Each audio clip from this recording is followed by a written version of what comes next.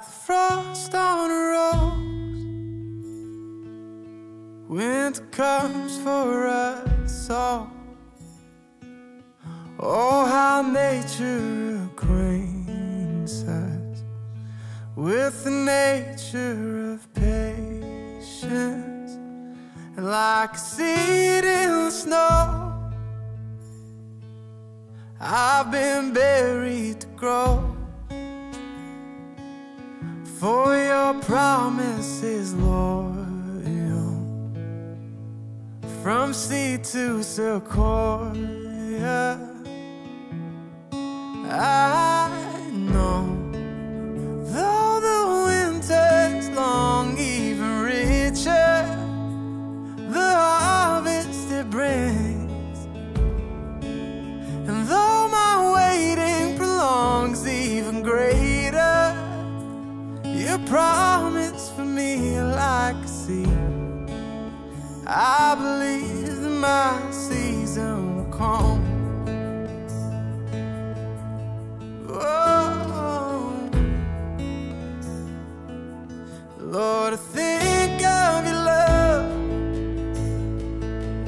like the low winter sun.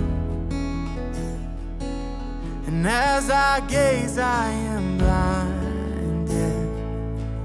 in the light of your brightness. It's like a fire to the snow. I'm renewed in you. Melt the ice of this wild soul till the barren is beautiful. And I know, though the winter's long, even richer the harvest it brings. And though my waiting prolongs, even greater your promise for me like a seed. I believe that my season will come.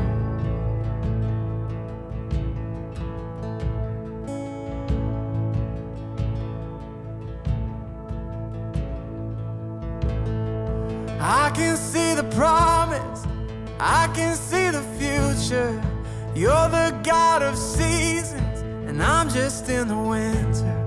If all I know of harvest is that it's worth my patience, then if you're not done working, God, I'm not done waiting. You can see my promise, even in the winter, 'cause you're the God of greatness, even in a manger. Should all I know of seasons is that you take your time, you could have saved us in a second. Instead you sent a child.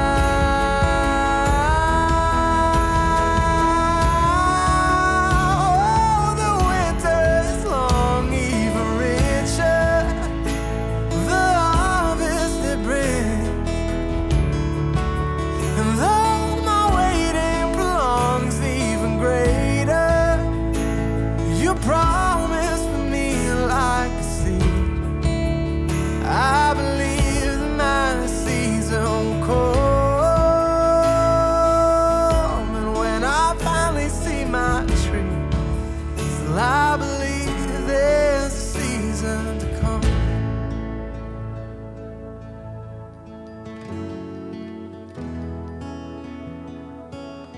Like a seed you sow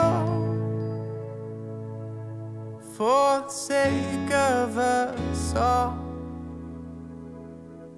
from Bethlehem soil, grew Calvary's sequoia. Oh.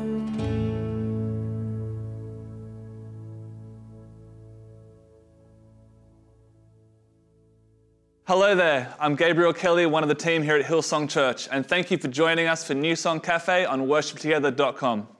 We're really excited today to be talking to Ben Hastings, one of the writers on the song Seasons, from the new Hillsong Christmas album, The Peace Project. It's great to also have Nigel and Autumn here with us today. guys, nice to see you. And you too. Nice to see you. Thank you for coming along. No, you all look thanks for fantastic. Benny, I love this song that you and the guys have written. I feel like even the arrangement that you've kind of brought for us today is really lovely, and I think it's a really special song. Can you tell us a little bit about how it came about? Yeah, absolutely. This song kind of came together really organically, actually. And I think it's because a lot of the concepts have just sort of been bubbling around in my mind for a long time, and they were coming out in conversations with Chris, one of the other writers in the song, and Ben as well. So we sat down to write it, and it all just started falling together, kind of really organically. Even that chorus lyric kind of all came out just as we were playing it. I think if you think about God, God is God, right? So he can do whatever he wants at any moment and any time. He could fulfill all his promises just like that. But so often he takes his time. There's a lyric in the bridge of the song. It says, "You could have saved us in a second. Instead, you sent a child." I think Jesus is the perfect example of that. How God is so okay with playing the long game, like sending a baby in order to fulfill a plan that would initiate 30-something years later and then roll out even to today. And yeah, there's so much in that. I think so as well. Yeah. You already highlighted lyrically. I feel like it's really, really well thought out, really well developed themes, which I think you guys have done a great job on. One of my favourite lines is the one that mentions from seed to sequoia. Yeah. Can you tell us a little bit about that quickly? Yeah. That's actually so crazy how that came about. So sequoias, I don't even know where I learned the word. I think we did a family trip to Yosemite a few years back, and they have these beautiful big giant sequoias, like the biggest trees I think the biggest trees in the world, and they live up to 3,000 years old, which is crazy. Like some of those trees were kicking about when Jesus was here. But anyway, we were writing out the back of conference in this writing room, and this line kind of landed, and we were so pumped at the time. I was like, this is the best thing that's ever happened. And one of our creative directors, Josh Benet, walked in the room. He was like, "Oh, I'm sorry, guys." And we were like, "No, come in. You got to hear this." And so we threw this line at him, and we kind of told him the song that we were writing, and he was like, "Oh, let me show you something." So he pulled out this big manuscript, and he'd been working on a TV episode for the channel for Robert. Robert's our teaching pastor, obviously, here at church, and the whole episode was on this idea of winter and process and God in the waiting. And we were like, "Oh, it's so cool." And so to kind of add to that, Chris was talking to Robert later on that day, and he said, "We have this song. It's really cool. We're kind of on the same spiritual page." Like I never thought that would ever happen with Robert. And he said, and he starts telling him about this sequoia line.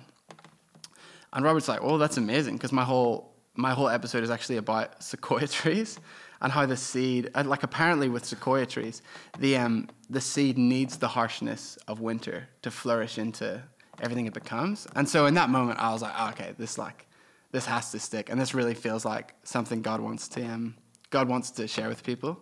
So yeah, it's really, really cool. That's actually a really cool story. Yeah.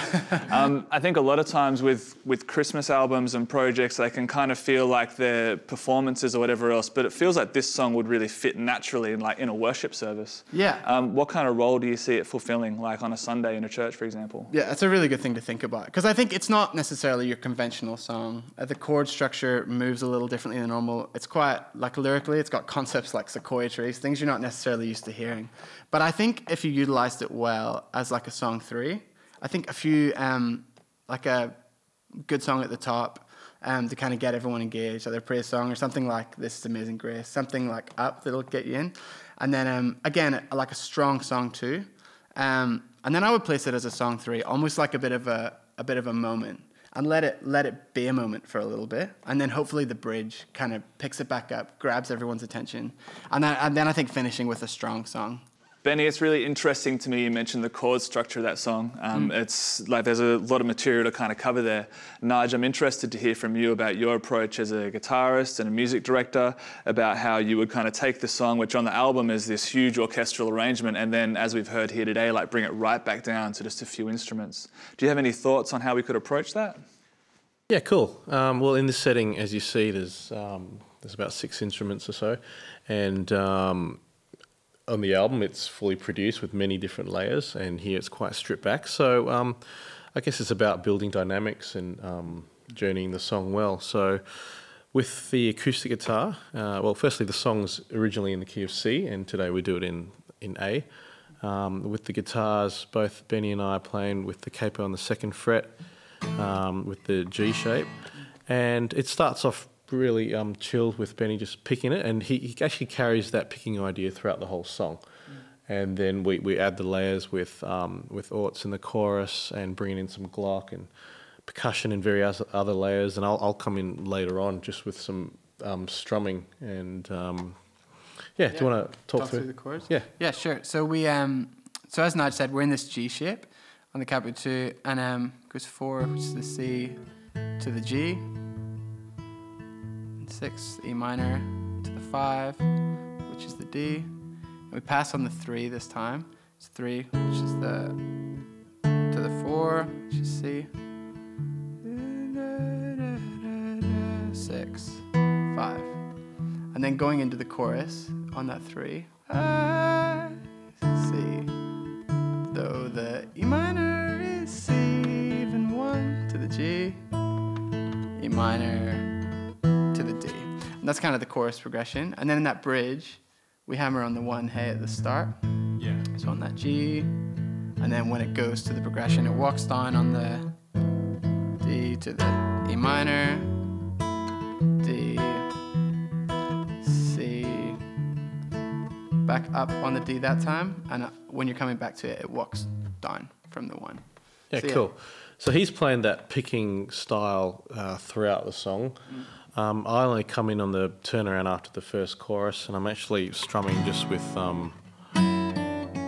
just using all my hands, just strum with that. And I only pick up the pick on the bridge. Yeah. Yeah, and then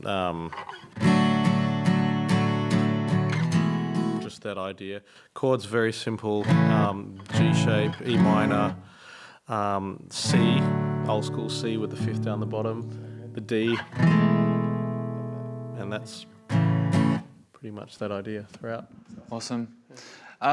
Orts, would you mind talking to us quickly about how the chords and the movement and the musicality can support the song as a whole? Yeah, one of the beautiful things about this song that Benny, you've done such a great job, is lyrically it's a bit of a masterpiece. And so I think our approach today, at least, was to just let the chords and the voicings support the lyrics. There's a beautiful melody happening in amazing lyrics. So we didn't overplay because I think it doesn't need it. So I think in your own churches, sometimes there can be this temptation to just overplay because we want the Spirit of Jesus to come. But I think if we understand that sometimes being more minimalist in our approach actually lets you hear the beautiful melody and lyrics that the guys have done. So that's what we did today. Hopefully it's a help. It's awesome. It's very cool. And you're right, Orts, the whole point is that people will take these songs and kind of play them in their churches, and really believing that this song that you guys have written becomes a declaration for a lot of people over this Christmas period, and God would use it in a powerful way, which is cool. Thank you guys for coming in today. It's been great having you. Thank you. Thanks Thanks for having us. So much.